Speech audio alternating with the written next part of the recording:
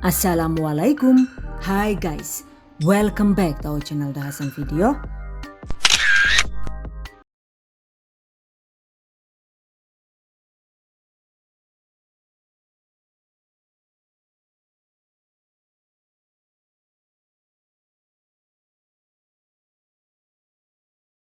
Bikin pai buah ekonomis dong bun. Ini dia guys, pai buah ekonomis tanpa telur. Ada yang suka nggak nih? Meski ekonomis juga, yang ini mantap banget ya guys. Flanya itu lumer di mulut dan tekstur kulitnya itu selalu crunchy walaupun disimpan seharian. Pastinya cocok banget untuk camilan di rumah ataupun untuk ide usaha. Wow, amazing. Oke guys, penasaran kan gimana cara membuatnya? Just check it out. Bahan dan cara membuat. Pertama, kita bikin kulit painya dulu ya. Bahannya yaitu ada 500 gram atau sekitar 33 sendok makan tepung terigu protein sedang atau protein rendah. 300 gram margarin dingin. Aduk rata hingga berpasir.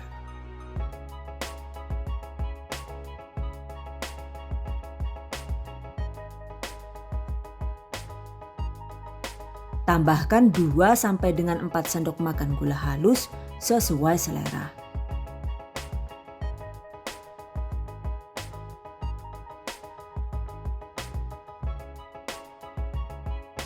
Enam sendok makan air dingin atau air es. Aduk asal sampai tercampur rata ya.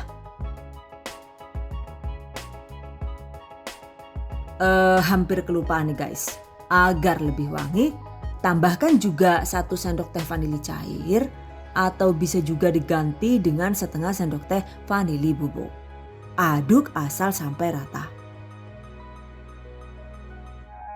Bulatkan, lalu tempatkan di dalam plastik atau di wadah tertutup dan diamkan sekitar 10 sampai dengan 15 menit di suhu ruang yang dingin atau di dalam kulkas.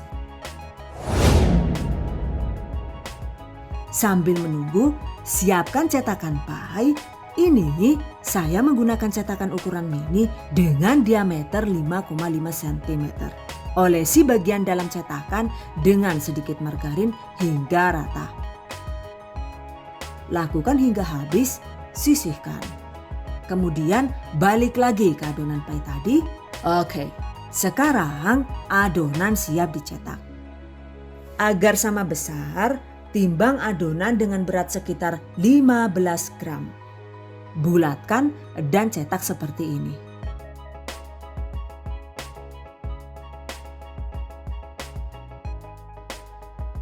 Rapikan pinggirannya.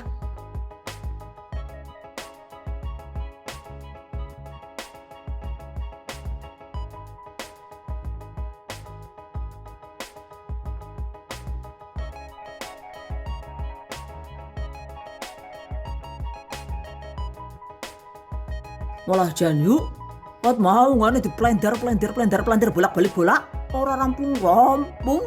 Sih lah, sing deleng be sampe kesel kok ya. Anda meni sing lakoni, Jan. Agar hasilnya itu rapi, nyetaknya ini emang harus telaten dan penuh kesabaran.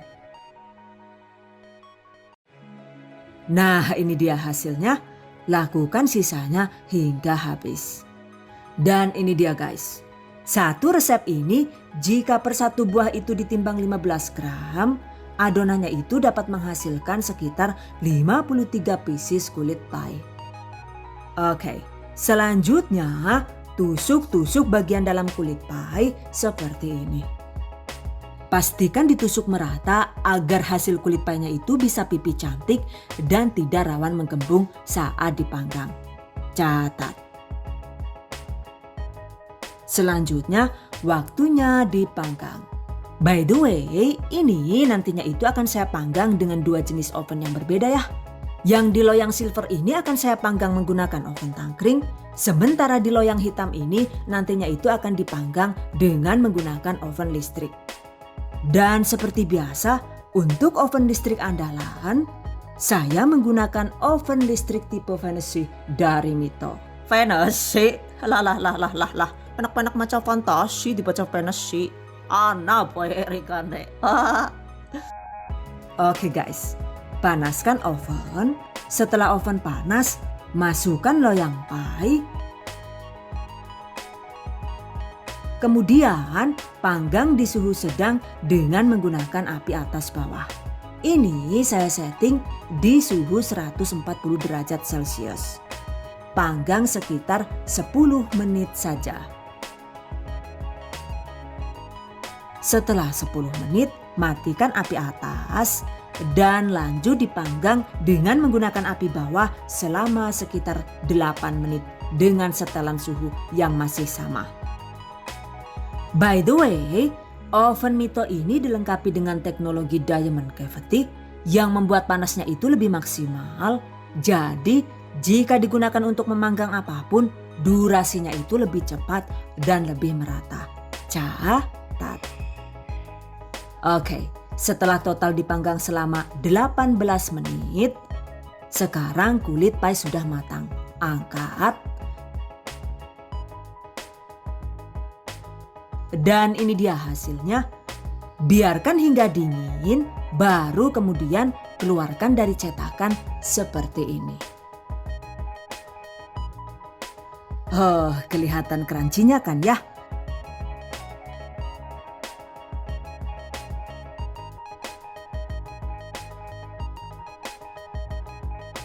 Kulitnya ini garing di luar dan empuk di dalam.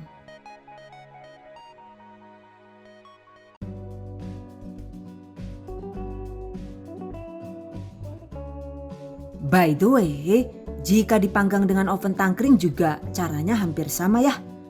Panaskan oven tangkring sekitar 10 menit, lalu panggang kulit pai dengan menggunakan api sedang agak kecil dengan durasi selama sekitar 35 sampai dengan 40 menit. Jadi durasi memanggang dengan oven tangkring ini emang lebih lama ya.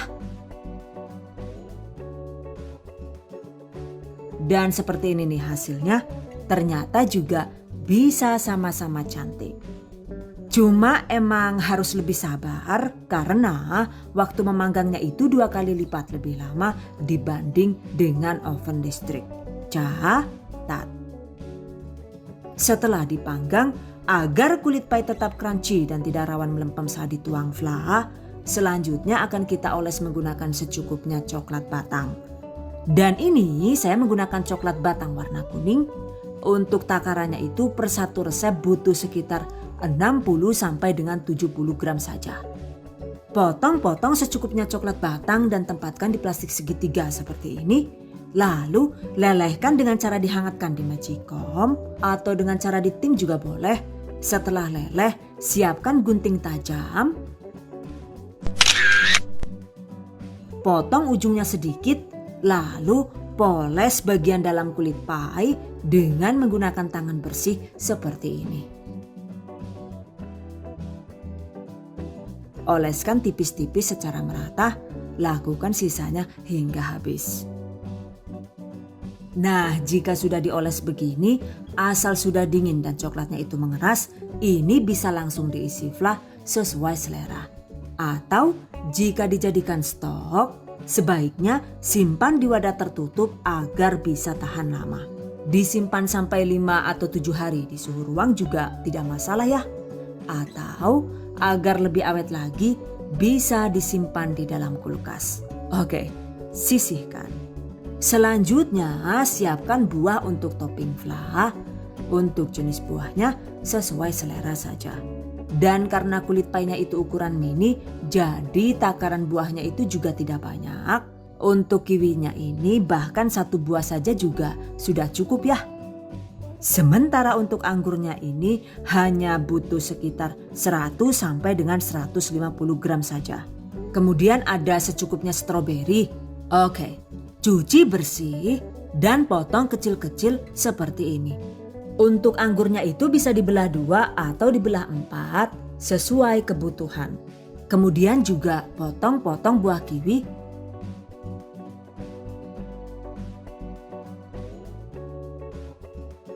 Ini per satu bulatan itu bisa dibelah jadi 6 atau 8 bagian. Jadi emang benar-benar super duper mini ya guys. Begitu juga dengan stroberinya ya. Satu buah stroberi ini bisa dibelah jadi 3 atau dipotong jadi 6 bagian sesuai kebutuhan. Jika suka bisa juga menggunakan buah jeruk santang atau buah delima sesuai selera. Oke, sisihkan. Berikutnya kita siapkan flanya. Bahan yang dibutuhkan yaitu 150 gram atau sekitar 8 sendok makan gula pasir sesuai selera. 60 gram atau sekitar 4 sendok makan penuh tepung maizena. 10 gram atau sekitar 1 sendok makan tepung custard. Jika tidak ada, yang ini bisa diganti dengan tepung maizena. 80 gram atau setara dengan 2 sachet susu kental manis putih.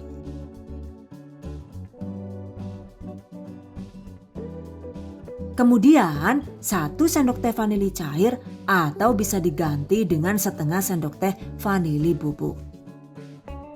Untuk hasil yang lebih creamy dan nendang, kita juga bisa menambahkan 2 sendok makan creamer bubuk, optional ya. Lalu tambahkan 750 ml air.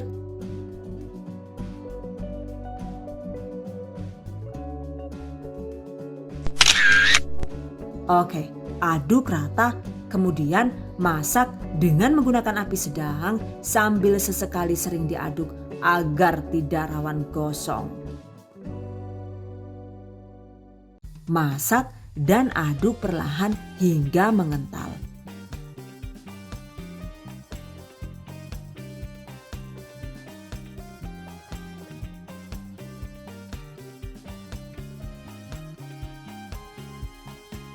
Jika sudah mengental dan meletup-letup begini, segera matikan api.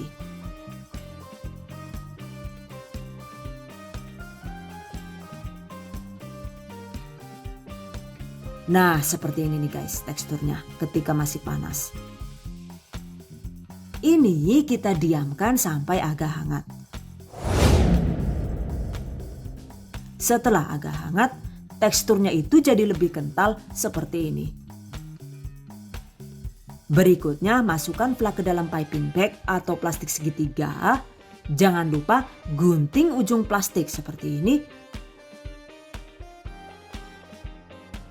Kemudian semprotkan adonan flak ke dalam kulit pie seperti ini. By the way, selain dipoles coklat, pastikan flanya ini dituang dalam keadaan agak dingin ya guys. Dengan begitu, hasil pie buahnya ini bisa awet crunchy dan tidak rawan lembek walau disimpan seharian di suhu ruang. Catat.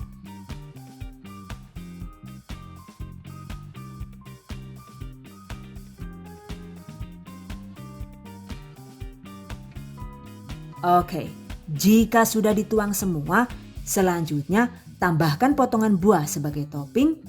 Susun potongan buah sesuai selera.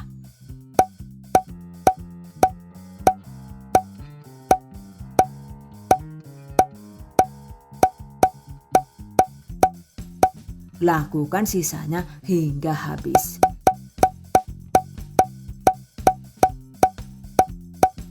Selesai. Eits, tunggu dulu. Masih ada satu proses lagi ya guys. Agar topping lebih glowing dan menempel kokoh, selanjutnya kita bikin polesan agar-agarnya. Bahan yang dibutuhkan yaitu 2 sampai dengan 3 sendok makan gula pasir sesuai selera. 3 gram atau sekitar setengah sachet agar-agar bubuk tanpa rasa. Aduk rata. Lalu tambahkan 150 ml air. Masak hingga mendidih.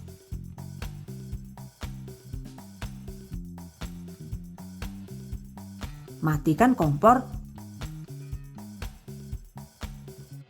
Tuangkan. By the way, takarannya ini cukup untuk 2 kali resep pie ini ya guys. Karena emang makanya itu sedikit saja. Oke, selanjutnya setelah uap panasnya itu hilang, segera poleskan larutan agar-agar ke permukaan buah seperti ini.